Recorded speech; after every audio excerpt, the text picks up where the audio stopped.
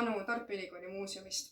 Täna on meie hooaja kõige viimane osa ja mind lastakse lõpuks ka hoidlast välja. Seepärast jääb ka rääkimata järgmisel korral see odekolonni aparaat. Täna aga tutvustaksin mikroskoope. Mikroskoop leiutati 17. sajandil, kuid seda hakati teaduses süstemaatiliselt kasutama alles 19. sajandi alguses.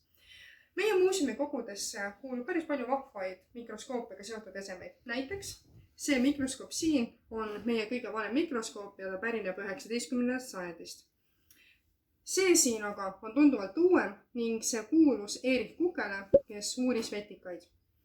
Kuid mida ikka mikroskoobiga vaadata kui preparaate? Meie kogudesse kuuluvad näiteks kivimite preparaadid, kuid põhiliselt taime- ja loomakoed, mis asuvad ka sellistes vahvates karbikestes. Mikroskoopia jõudis täiesti uuele tasemele 1930-ndatel, mil leiutati elektronmikroskoop.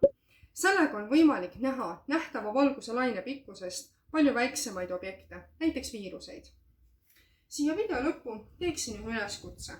Nimelt meie kogudesse kuuluvad sellised histoloogia joonised, kuid meil puudub täpse info, kuidas neid õppetöös kasutati. Nii et kui kellelgi on selle kohta infot, siis palun kirjutage sellest mulle. Aitäh ja ilusat suve!